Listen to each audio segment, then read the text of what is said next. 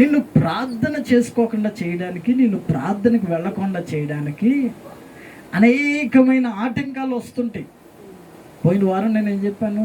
వాక్యాన్ని జాగ్రత్తగా విని దాన్ని గైకొని వాక్యం మీద ఆశ పెట్టుకుంటే మనిషి సురక్షితంగా బ్రతుకుతాడని చెప్పాను. ఈ వారం ప్రార్థన అవసరం మనిషికి. నీ దగ్గర ఎన్ని పాటలన్నా ఉండొచ్చు, నీ దగ్గర ఎంత వాక్యం అన్నా ఉండొచ్చు. ప్రార్థన చేసుకోవడం అనేది చాలా ప్రాముఖ్యమైన విషయం.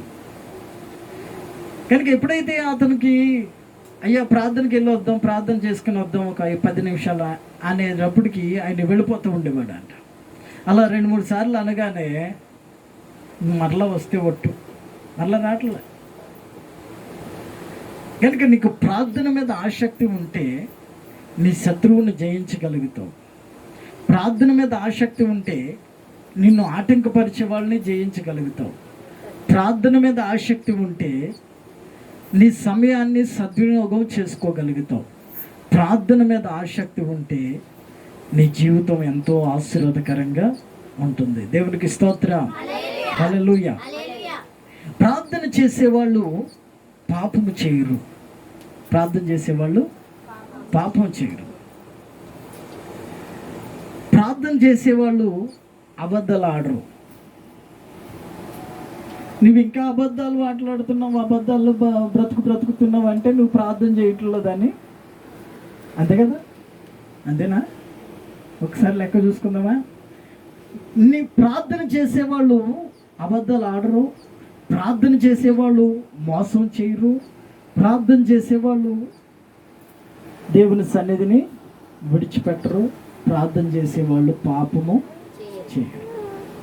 కనుక మనం ఇంకా అదే స్థితిలో బ్రతుకుతున్నామంటే మన జీవితంలో ప్రార్థన కొంచెము తక్కువైతుందని. కొంచెం తక్కువైతుందా, ఎక్కువ తక్కువైతుంది? దేవునికి స్తోత్రం, హల్లెలూయా. ప్రార్థన అనేది చాలా అవసరం. అందుకని యేసయ్య ఇలా చెబుతున్నాడు, ప్రార్థన చేయండి, ప్రార్థన చేయండి, ఎడతెగక ప్రార్థన చేయండి, ఎడతెగక ప్రార్థన చేయండి.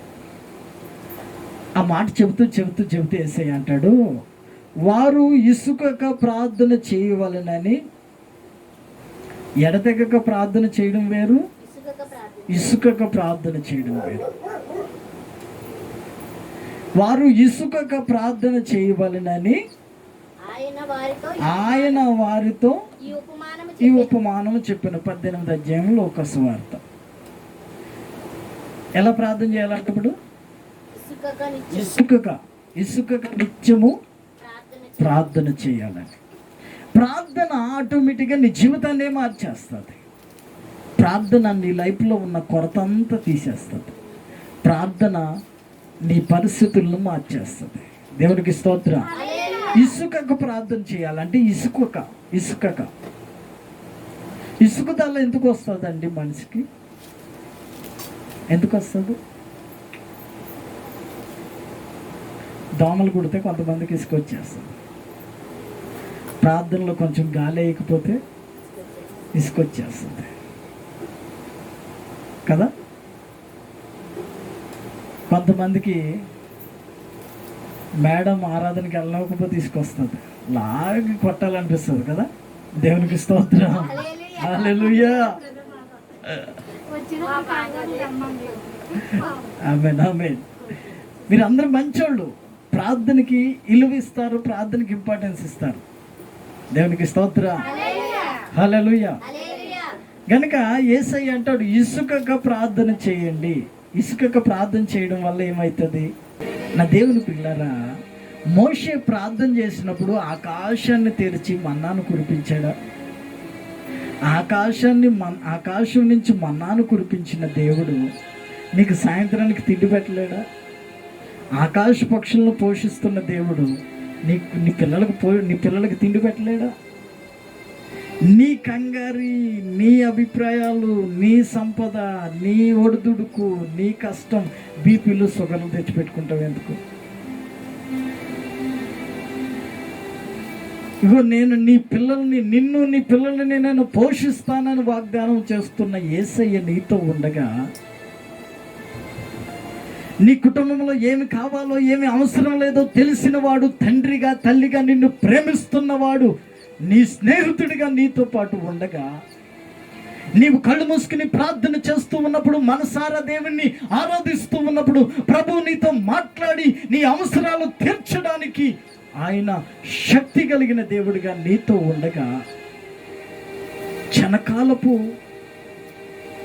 ఆలోచనలతో, క్షణకాలపు ఆపదలతో, క్షణకాలపు కరువుతో నీవు అల్లాడిపోతూ ఉంటావే అంటే దేవుని మీద నీకు విశ్వాసం లేదా? హల్లెలూయా. శ్రేష్టమైన వాడు నిన్ను పోషించడానికి ఆయన సమర్థుడు కనుక ఆయన అంటాడు, ఇసుకక ప్రార్థన చేయండి, మీకు ఏది కావాలో అది ఇస్తా. ఇదిగో నా నామమున మీరు ఏది అడుగుతున్నారో అది మీరు పొందుకున్నారని నమ్మండి, అప్పుడు అవన్నీ మీకు. ఇదేంటండి, నమ్మితే వస్తాయా? నమ్మితే వస్తాయా? ఎవరన్నా చేయొద్దండి, నేను నమ్మాను నాకు వచ్చింది అన్నవాళ్ళు. Very good. అందరూ దేవునికి స్తోత్రం. కాస్త వాళ్ళ చేతులు చూపిస్తే కాదు,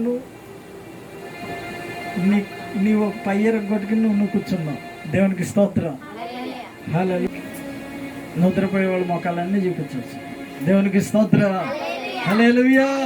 మీరు నిద్రపోయే రకాలు కాదు, మీరు పిశాసులు. విశ్వాసులా విశ్వాసులా? విశ్వాసులు. దేవునికి స్తోత్రం. హల్లెలూయా. విశ్వాసముతో మేము ఏదైనా చేయగలుగుతాం. మేము విశ్వాసులం, మేము దేవునికి సాక్షులం, జీవము కలిగిన దేవుని పక్షాన పోరాడగలిగిన వారు మేము అని అంటారు మీరు. దేవునికి స్తోత్రం. హల్లెలూయా. ఇసుకగా ప్రార్థన చేయాలని ఒక ఉదాహరణ చెప్పాడు యేసు ప్రభు. ఒక ఉపమానం చెప్పాడు. ఏమనంటే, అక్కడ ఒక న్యాయాధిపతి ఉన్నాడు. ఆ న్యాయాధిపతి ఎవ్వరికి భయపడడు. దేవునికి భయపడ్డంట, మనుషులకి భయపడ్డంటాడు. అబ్బా, ఉన్నారు కొంతమంది. అన్నా, అనవసరంగా ఎందుకన్నా నువ్వు వాళ్ళ ఆ పనులు ఈ పనులు చేసి వాళ్ళకి వీళ్ళకి అన్యాయం చేస్తే ఆ శాపం నీ పిల్లల మీదకి వస్తుందన్నా. అనవసరంగా ఎందుకు అంటే, ఎనరు వాళ్ళు అటు దేవునికి భయపడరు, మనుషులకి భయపడరు. మనుషులకి, పేదవాళ్ళకి, తెలిసి తెలియని వారికి, అమాయకస్తులకి అన్యాయం చేస్తూ ఉంటారు కొంతమంది. ఎప్పుడైతే అమాయకస్తులకి అన్యాయం చేస్తున్నారో, పేదవాళ్ళకి అన్యాయం చేస్తున్నారో, ఈ పేదవాడు ఊరికినే ఉంటాడా? ఈ పేదవాడి పక్షాన్ని ఎవరుంటారో తెలుసా? దేవుడు ఖచ్చితంగా ఉంటాడు. ఎందుకంటే పేదవాడికి స్వార్థం తెలవదు కనుక ఆ పేదవాడు పక్షాన్ని దేవుడు ఉంటాడు. ఈ పేదవాడు ఎప్పుడైతే బాధపడుతూ ఉంటాడో, ఎప్పుడైతే శ్రమ పడుతూ ఉంటాడో, ఎప్పుడైతే ఏడుస్తూ ఉంటాడో, అరే నేను పలానా ఆయనకి డబ్బులు ఇచ్చి మోసపోయాను, ఆయన నన్ను మోసం చేశాడు, ఇప్పుడు వెళ్ళి నేను ఆయన అడగడానికి లేదు, ఆయన అడుగుదామంటేనేమో నన్ను కొడతాడు, కొట్టిపిస్తాడు మనుషులను పెట్టి, ఆయన అడుగుదామంటేనేమో ఇంటి మీద గొడవకు వస్తాడు అని పేదవాళ్ళు భయపడుతూ ఉంటారు. ఈ భయపడి ఏడుస్తూ ఉన్న వాళ్ళు ప్రార్థన అంట దేవుడు ఆలకిస్తాడంట. దేవునికి స్తోత్రం. హల్లెలూయా. కూలివాన్ని కూలి దేవునికి మొరపెడుతుందంట. కొంతమంది మనతో పని చేయించుకుంటారు కదా, పని చేయించుకుని డబ్బులు ఇమ్మంటే ఎవరు ఎగ్గొడుతుంటారు. వాళ్ళు ఏమనుకుంటారంటే, నేను గొప్పోడిని, నన్ను ఎవరు కదపగలుగుతారు, వాళ్ళు వచ్చి మరలా నన్ను అడగగలుగుతారా, నేను గొప్పోడిని కదా, వాళ్ళకి డబ్బులు ఇవ్వకపోతే ఏమవుతుందిలే, వాడే నా కాళ్ళ దగ్గర పని చేస్తారులే అని అనుకుంటారు. ఈ కూలివాని కూలి అంట దేవునికి మొరపెడుతుందంట. మరి దేవునికి మొరపెట్టినప్పుడు, ఆ కూలివాని కూలి దేవునికి మొరపెట్టినప్పుడు మరి వాడికి లాభం వస్తుందా? యజమానుడికి నష్టమే, కానీ లాభం ఏమన్నా కలుగుద్దా? కలగదు. నా దేవుని ప్రియులారు, మీరు అనుకోవచ్చు, సరే వాళ్ళని ఏం అడుగుతాంలే, పోనీ అడిగితే గొడవ పెట్టుకుంటారు, అడిగితే ఉద్యోగం తీసేస్తారని మీరు భయపడుతున్నారేమో.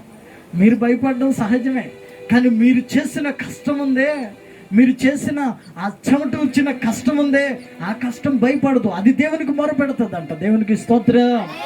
మీరు మొరపెట్టాల్సిన అవసరం లేదు. మీ కష్టం ఏదైతే ఉందో, మీ శ్రమ ఏదైతే ఉందో, ఆ శ్రమే దేవునికి మొరపెడుతుంది. ఆ కష్టమే మీ పక్షాన వ్యాజ్యమాడి, మీ పక్షాన ఆ కష్టము సపోర్ట్గా మీకు నిలబడుతూ ఉంటుంది. దేవునికి స్తోత్రం, హల్లెలూయా. మీరు భయపడి మానేయచ్చు, అది భయపడదు. నాకు తెలిసిన ఒక ఆయన ఉన్నాడు. ఎందుకు భయపడాలడే, వాడు సొమ్మేమని తెచ్చి పెడుతున్నాడా నాకు అంటాడు. నాకు తెలిసిన ఆయన, నాకు ఎప్పుడన్నా గుర్తు వస్తుంటుంది. నేను ఒకరోజు అక్కడికి వెళ్తే ఆ పెద్ద ఆయన పాప మా ఇంట్లో వాచ్మెన్గా ఉంటాడు. అతను వచ్చి అక్కడ ఏదో కట్టు మొక్క పడితే చెట్టు మీద నుంచి పడింది, అది రోడ్డు మీద. సరే కార్లకి బళ్ళకి అడ్డం వస్తుందని చెప్పి ఆ కట్టిని తీసి ఆ రోడ్డు అవతలకి విసిరాడు. ఆ పక్కింటి ఆయన ఇంటికల్లా ఓనర్ చూసి అతన్ని పెద్ద వయసు వాచ్మెన్ కదా, పెద్ద ఆయన అని కూడా చూడకుండా ఇష్టం వచ్చినట్టు మాట్లాడుతున్నాడు. రై అడుగున్నాడు, రా అది రా ఇది రా అని బూతులు తిడతా ఉన్నాడు, మాట్లాడతాం. నేను అప్పుడు అక్కడ బండి ఆపుతూ ఉన్నాను. నాకు చాలా బాధ అనిపించింది. కనీసం పెద్ద వయసు అని చూడుకోకుండా అరే ఎందుకు వేసా, తీసేయ్యా అంటే తీసేస్తాడుగా ముసలోడు. అది ఆయన తప్పేం వేయలేదు, అక్కడ చెత్త ఉందో చెత్తలో పడేసాడు పట్టుకెళ్ళి. అంటే మనుషులకు గర్వం. ఈ వాచ్మెన్ బాధపడ్డాడో లేదో కానీ నేను బాధపడ్డాను. అతన్ని చూసి పెద్ద వయసు అని కూడా గౌరవం లేకుండా మాట్లాడుతున్నాడు అవతల వాడు అని చూసి నేను బాధపడ్డవాడిని ఊరికి వదిలేస్తానా? ప్రార్థన చేస్తాను వాళ్ళ కోసం. ఆయన వదిలేయచ్చు కష్టాన్ని. దేవునికి స్తోత్రం, హల్లెలూయా. నీ కష్టం ఊరికి వదిలిపెట్టాడు దేవుడు. నీకు ఎంత రావాలో, ఎంత ప్రతిఫలం రావాలో అదంతా తెచ్చిస్తాడంతే. కానీ నువ్వు చేయాల్సింది ఏంటంటే ఇసుకకుండా ప్రార్థన చేయాలి. దేవునికి స్తోత్రం, హల్లెలూయా.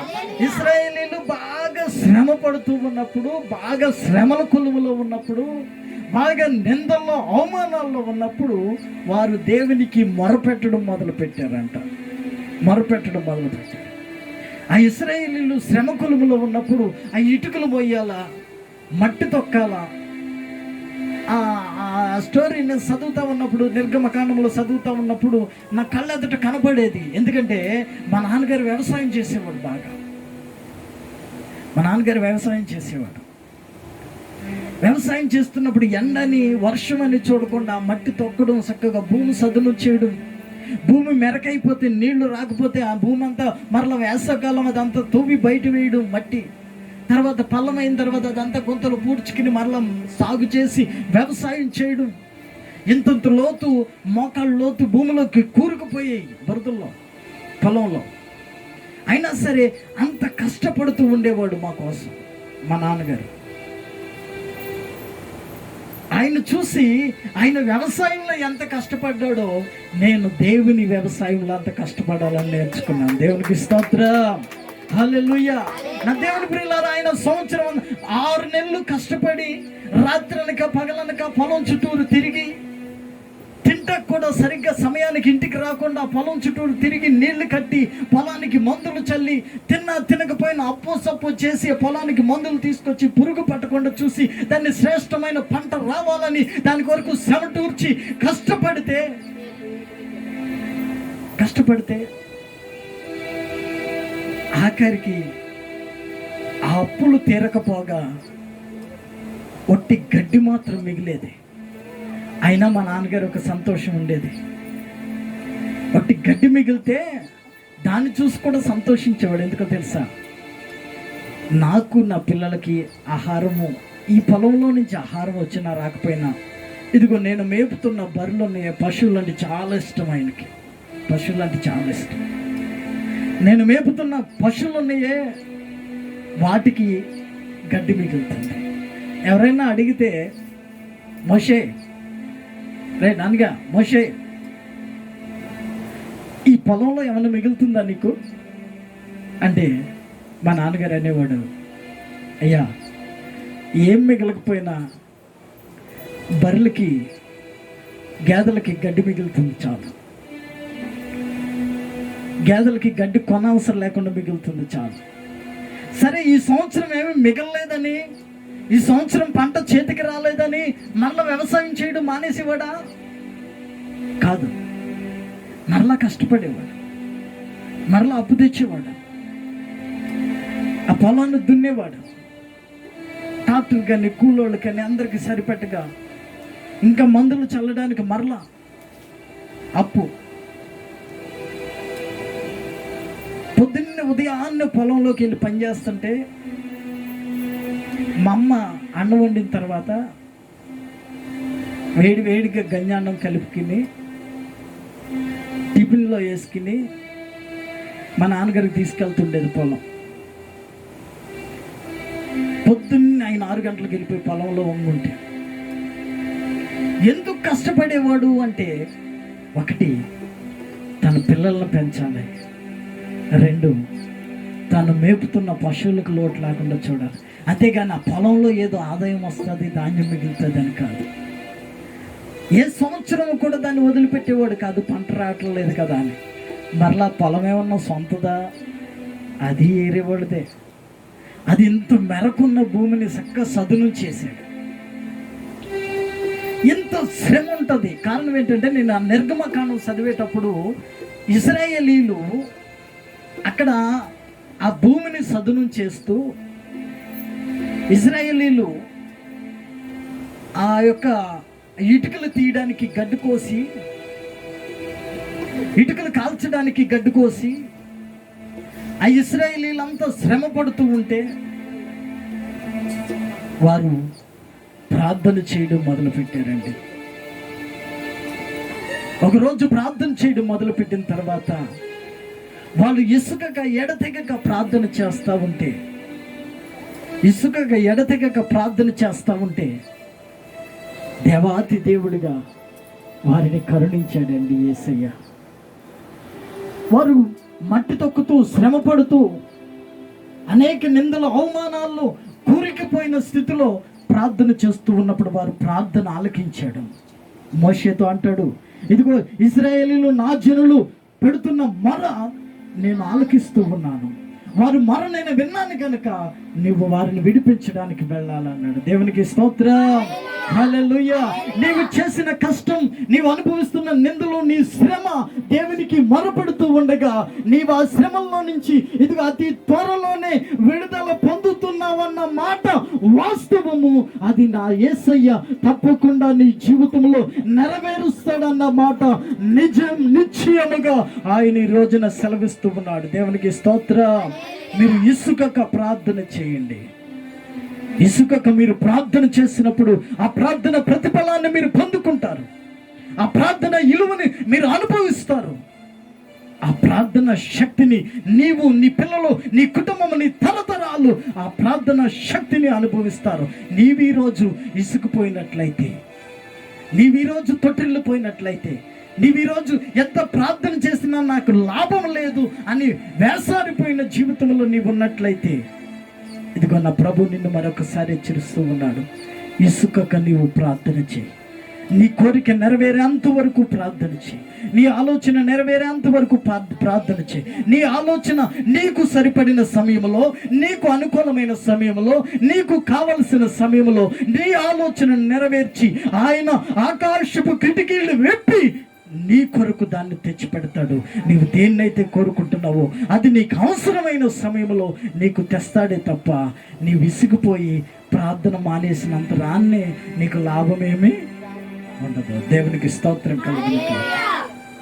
ప్రార్థన జీవితం శ్రేష్టమైనది. ప్రార్థన చేసిన వాళ్ళు పాపం చేయరు, ప్రార్థన చేసిన వాళ్ళు అబద్ధాలు ఆడరు, ప్రార్థన చేసిన వాళ్ళు మోసాలు చేయరు. ప్రార్థన చేసిన హృదయాన్ని దేవుడు అంగీకరిస్తూ ఉంటాడు. దేవునికి స్తోత్రం, హల్లెలూయా. ఇసుకక ప్రార్థన చేయాలి. ఇశ్రాయేలీలు మొరపెడుతుంటే వారి దగ్గరికి మోషేని పంపించి వారిని విడిపించాడు. ఇశ్రాయేలీలు మొరపెడుతుంటే వారి దగ్గరికి మోషేని పంపించి ఇశ్రాయేలీలు అందరూ అక్కడి నుంచి బయలుదేరి వచ్చేటప్పుడంట, మోషేని పంపించిన వాడు ఊరికనే ఉన్నాడా? కూర్చో, పైన కూర్చొని ప్లేజ్ కూర్చోదండి. హల్లెలూయా, హల్లెలూయా. మోషేని పంపించిన వాడు ఊరికనే ఉన్నాడా? ఐగుప్తీయులు వారి మీద చేస్తున్న నిందలు, ఐగుప్తీయులు వారి మీద మోపుతున్న బరువులు, వాటి నుంచి విడిపించడానికి ఐగుప్తీయుల మీదకి శ్రమలు తెచ్చిపెట్టాడు దేవుడు. ఎన్ని శ్రమలో తెలుసా? 9 శ్రమలు తెచ్చిపెట్టాడు. ఐగుప్తీయులంట వారు ఒక రోజున సడన్గా కూర్చుని భోజనం చేస్తుంటే ఒక కప్ప వచ్చింది. ఒక కప్ప, ఏయ్ వాచ్మెన్ ఆ కప్పను బయటకు తోలరా అన్నాడు ఆ ఫరో రాజు. ఈ వాచ్మెన్ ఆ కప్పను బయటకు తోలడానికి వెళ్ళాడు. వెళితే కొట్టుకుంటూ ఆ గేటు దగ్గర దాకా వెళితే ఆ గేటు కాడ ఒక 1000 కప్పలు ఉన్నాయి. ఆ గేటు కాడ ఎన్ని ఉన్నాయి? 1000 కప్పలు ఉన్నాయి. ఈ కప్పను బయటికి పంపిద్దామని డోర్ తీసాడు ఆయన. ఆ 1000 కప్పలు లోపలికి వచ్చినాయి. ఐగుప్తు దేశంలోనంట ఇశ్రాయేలు ప్రజలందరూ సురక్షితంగా ఉంటే పేదవాళ్ళంతా ఐగుప్తు దేశంలో ఉన్న రాజులు, అధికారులు, మంత్రులు, శ్రేష్టమైన ఈ పదవుల్లో ఉన్నవారు కప్పలతో ఇబ్బంది పడ్డారంట అండి. కప్పలతో. కప్ప కనపడితే పిల్లోడు వెళ్ళి కొట్టేస్తుంటాడుగా. కప్పలంట వాళ్ళు బిందుల్లోకి వెళ్ళి అంట పరుపు మీదకి వెళ్ళి పడుకుందాం, మంచం ఎక్కేసి పడుకుందామంటే, మంచం ఎక్కి పడుకుందామంటే ఆ మంచం నిండా, పరుపు నిండా కప్పలే. అన్నం తిందామని అన్నం పెట్టుకుంటే ప్లేట్ నిండా కప్పలే. ఈ ఫరో రాజుకు చెప్పారు, అయ్యా ఈ కప్పలు గొడవ ఏంటి ఆయన? రాజ్యాలను శాసించిన వాళ్ళు మనమే, రాజ్యాలని అధికారులను శాసించిన వాళ్ళమే. ఈ కప్పలు గొడవ ఏంటి మనకి? ఈ కప్పలు ఎవరి వల్ల వచ్చినాయి అంటే, అదిగో ఇశ్రాయేలీలు వచ్చి, ఇదిగో మా దేవుణ్ణి మేము ఆరాధించడానికి వెళ్ళాలి, మాకు సెలవిమ్మని చెబితే నువ్వు వెళ్ళలేదు కదా. వాళ్ళే ఏదో ప్రార్థన చేసినట్టున్నారు వాళ్ళ దేవుడికి. అరే వాళ్ళ దేవుడికి కప్పలు కూడా మాట ఏంటయ్యా అంటే, అన్నీ ఏంటి దేవునికి స్తోత్ర. కప్పల మాట ఏంటయ్యా వాళ్ళ దేవుడికి? అన్నీ ఏంటి.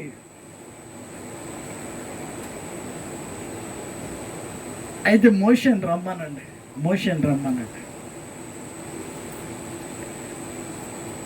మోషే గారు, మా ఫరో రాజు రమ్మంటున్నాడండి మిమ్మల్ని. ఎందుకంట? మీరు వచ్చి ప్రార్థన చేస్తే కప్పలకు ప్రార్థన చేయాలా? మీరు వచ్చి ప్రార్థన చేస్తే అంటే మా ఫరో రాజు గారి ఇంట్లో అంతా కప్పలు వచ్చేసినాయండి. మీరు వచ్చి ప్రార్థన చేస్తే కప్పలు పోతాయండి. మోషే అనుకోవాలి, బాగా అయ్యింది వీళ్ళకి అని అనుకోవాలి కదా. అనుకోవాలి కదా, బాగా అయింది వీళ్ళకి అని అనుకోవాలి. అనుకోకుండా ప్రార్థన చేస్తే ఏంటంట? అప్పుడు ఫరో రాజు అన్నాడు, అయ్యా ఇదిగో నువ్వు ప్రార్థన చేసి కప్పలను ఎలగొట్టు, మీ వాళ్ళని అందరిని పంపిస్తాను, తీసుకుని వెళ్ళిపోయి మందిరానికి వెళ్ళిపోదు కానీ అన్నాడు. సరే మోషే ఆకాశం వైపు చేతులెత్తి ప్రార్థన చేస్తే ఒక్క కప్ప కూడా లేకుండా వెళ్ళిపోయినాయి అన్ని. నా దేవుని ప్రియులారా చెబుతున్నాను, మిమ్మల్ని ఎవరెవరు ఆటంకపరుస్తున్నారో మందిరానికి వెళ్ళకుండా, ఎక్కడెక్కడ మీకు ఆటంకాలు వస్తున్నాయో మీరు ఒక్కసారి గుర్తు చేసుకోండి. దేవుడు శక్తి కలిగిన వాడా కాదా? మీరు చేయాల్సిందేంటి? ఇసుకక ఇశ్రాయేలీలకి బరువెత్తితే ప్రార్థన చేశారు వాళ్ళు. ఆ బరువు నీ మీదకి రాకముందే ప్రార్థన చేయంటాను నేను. ఆమేన్. ఆ బరువు, ఆ శ్రమ నీ మీదకి రాకముందే ప్రార్థన చేయి. వాళ్ళు ప్రార్థన చేస్తే కప్పలు వచ్చినాయి, కప్పలు వెళ్ళిపోయి. ఫరో రాజు అంటాడు, ఈ కప్పలను మా మంత్రికులు కూడా వెళ్ళగొడతారు. ఒక రోజున ఆ కప్పల కంటే ముందు నీ దేవుడే నిన్ను పంపించాడు, నిన్ను నడిపిస్తున్నాడు అనే దానికి రుజువేంటి అన్నారు మోషేని. ఎందుకో ఇవాళ అంత మోషని గుర్తుంది. మా నాన్న పేరు మోషని. దేవునికి స్తోత్రం. హల్లెలూయా. సడన్గా నాకు మా నాన్నగారి వ్యవసాయం గుర్తొచ్చింది. ఎందుకో తెలుసా? ఆయన వ్యవసాయంలో పంట రాకపోయినా కష్టపడ్డాడు. ఇదిగో నేను దేవుని వ్యవసాయంలో కొన్ని సంవత్సరాల నుంచి కష్టపడుతున్నా. ఇదిగో ఇప్పుడు పంటగా మిమ్మల్ని అందరినీ ఇస్తూ ఉన్నాడు. దేవునికి స్తోత్రం. హల్లెలూయా. మీరందరూ ఆయన ఇస్తున్న పంట, మీరందరూ ఆయన నాకు అనుగ్రహించిన పంట.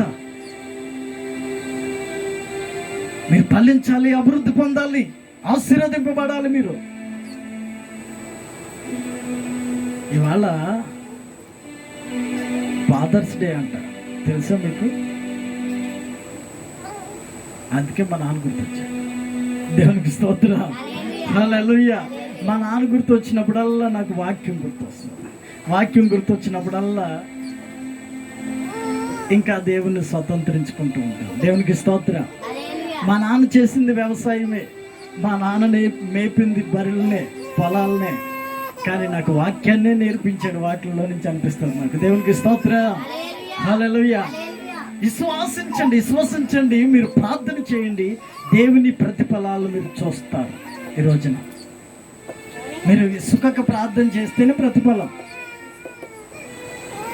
ఇదిగో నా చేతిలో కర్ర ఉంది, ఆ కర్రను నేను పడేస్తాను, అది పాముగా మారుతుంది అన్నాడు మోషే. అంటే చెయ్యి చూద్దాం అన్న, చెయ్యి చూద్దాం అన్నాడు.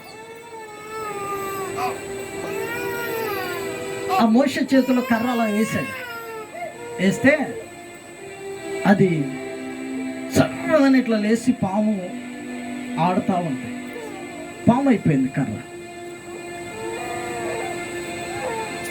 అప్పుడు ఫరో రాజు ఏం చేశాడు తెలుసా? అక్కడున్న మాంత్రికులందరినీ, చేతబడి చేసేవాళ్ళు మాంత్రికులందరినీ పిలిపించాడు. పిలిపించి, ఇది మీరు చేయగలుగుతారా అంటే, అది ఏమిటి రాజా? మేము అవలేవులుగా దాన్ని చేసేదము అన్నారు వాళ్ళు. సరే చెయ్యండి అంటే వాళ్ళు కూడా కర్రల కింద వేశారు. వేస్తే అవి కూడా పాములైనవి. పాములైనవి.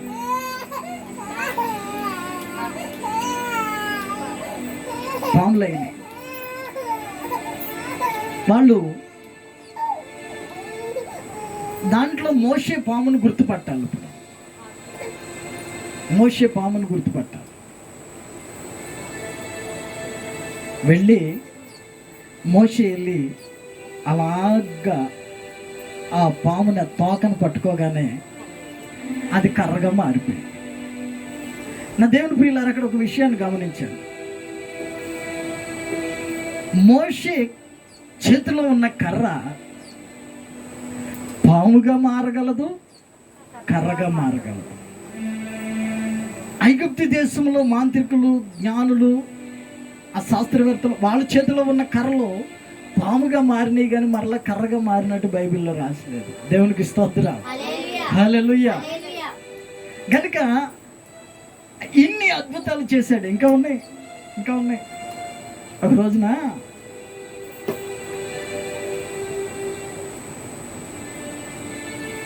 ఒక పేను కనబడింది.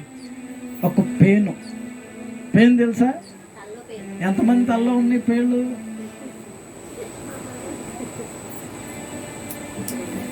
ఒక్కొక్కరికి ఇన్ని ఉంటాయి. ఆడ తిన్నదంతా ఇది తింటుంటాయి. ఆడ తిన్నదంతా ఇది తింటుంటాయి.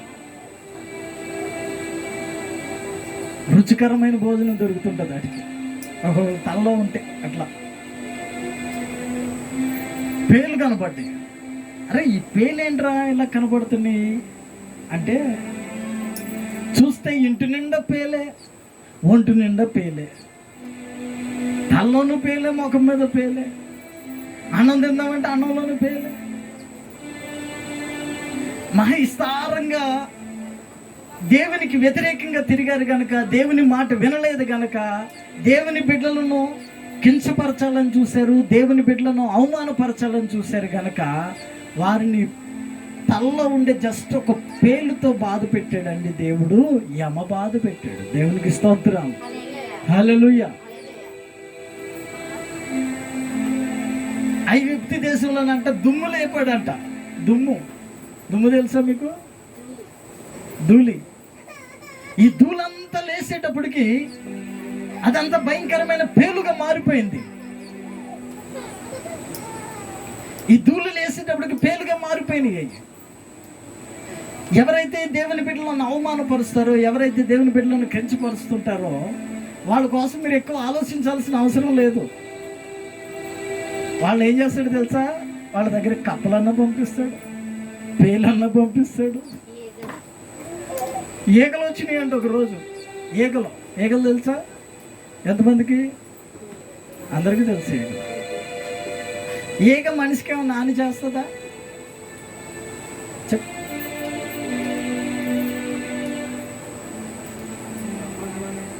కిందకా?